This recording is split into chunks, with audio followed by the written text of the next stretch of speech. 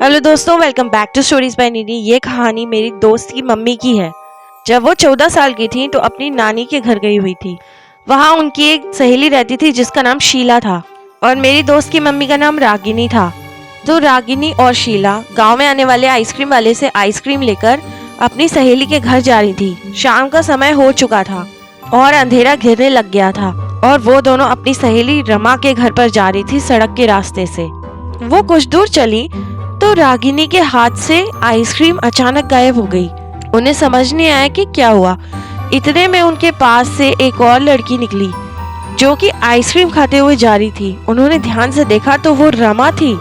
रमा बोली, मैं तुमसे मिलने ही आई थी, लेकिन मुझे पता चला कि तुम मेरे घर आ रहे हो तो मैं तुम्हारे साथ चल दी। अब तीनों आपस में बातें करते हुए रमा के घर के लिए निकल गए। रमा की हरकतें थोड़ी अजीब सी लग रही थी। इतने में रमा उन दोनों से बोलने लगी कि हम दोनों शॉर्टकट से चलते हैं जो कि जंगल से होकर जाता है, क्योंकि अगर इस रास्ते से गए तो बहुत रात हो जाएगी। रागिनी और शीला को ये सब ठीक नहीं लग रहा था, लेकिन रमा उनको बहुत ज्यादा प्रेशर करने लगी। आखिरकार उन्होंने उसकी बात मान ली और जंगल के रास्ते से जाने लगे। जब वो जंगल के रास्ते से जा रहे थे तो अंधेरा हो गया और अचानक एक तेज हवा का झोंका उनकी तरफ आया। जब रागिनी और शीला ने एक दूसरे को देखा तो उन्हें पता चला कि अचानक से रमा गायब हो गई थी। इतने में रागिनी ने शीला का हाथ पकड़ लिया और कहा कि जल्दी से हमें यहाँ से भागना होगा। शीला ने पूछा आखिर क्या बात है, तो रागिनी ने कहा मैं बाद में बताऊंगी, पहले यहाँ से भागो।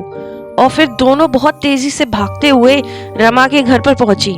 कुछ देर सांस लेने के बाद रागिनी ने शीला को बताया कि दरअसल जंगल में जब रमा गायब हो गई थी तो उन्होंने पीछे मुड़कर देखा था। एक लंबे बालों वाली सफेद साड़ी पहनी चुड़ैल उनकी तरफ आ रही थी और वो उन्हें पकड़ने वाली थी। इतने में उन्हें कुछ नहीं सूझा और उन्होंने शीला का हाथ पकड़ा और वहां से भाग गई। अब दोनों रमा के घर के अंदर पहुंचे। वहां वो देखते हैं कि रमा तो वहीं बैठी हुई थी। यहाँ तक कि रमा की मम्मी ने भी बताया कि आज दिन भर से रमा घर पर ही थी, क्योंकि आज संडे था, यानी उस दिन स्कूल की छुट्टी थी। अब रागिनी और शीला ने रमा के घर पर ही उस रात रुकने का फैसला किया, क्योंकि उन्हें बहुत ज़्यादा डर लग रहा था। लेकिन फिर भी उन्होंने ये बात किसी को नहीं बताई और ये बात आज तक दोनों के बीच में सीक्रेट है। लेकिन एक दिन रागिनी यानी मेरी फ्रेंड की मॉम ने उसे आखिरकार ये बात बता दी और साथ ही साथ ये भी बताया कि आज भी वो अकेले कहीं भी रात में जाने से डरती हैं। तो ये थी आज की horror story. Thank you for listening और इस चैनल को सब्सक्राइब करना ना भूलें।